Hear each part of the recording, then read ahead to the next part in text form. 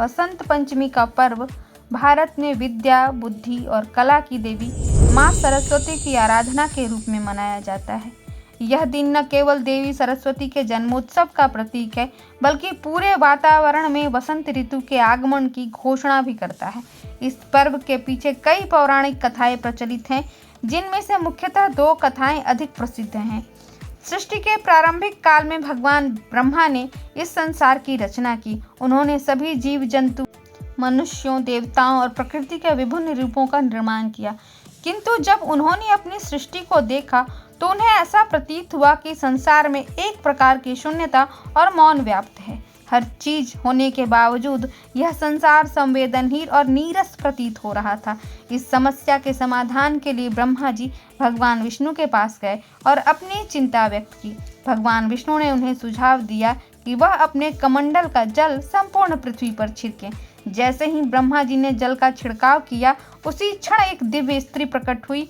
उनके 4 हाथ थे, एक हाथ में वीणा, दूसरे हाथ में पुस्तक, तीसरे हाथ में रुद्राक्ष की माला और चौथा हाथ वरद मुद्रा में था।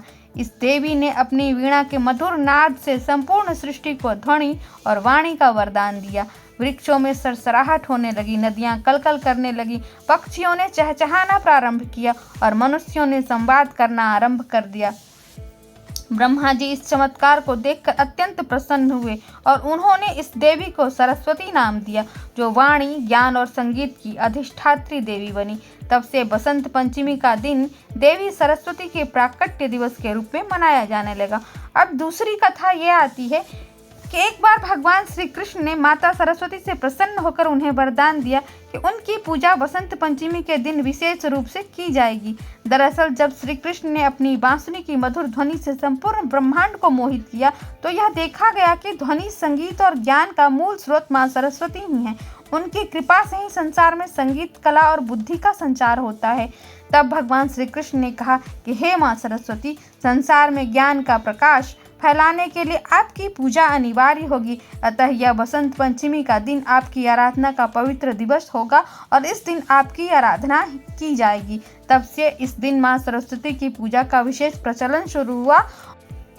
बसंत पंचमी को विद्या आरंभ का पर्व भी माना जाता है। इस दिन बच्चे अक्षर लेखन या विद्यारंभ संस्कार करते हैं, क्योंकि यह दिन सीखने की शुरुआत के लिए शुभ माना जाता है। बसंत पंचमी के दिन पीले वस्त्र पहनने का विशेष महत्व है।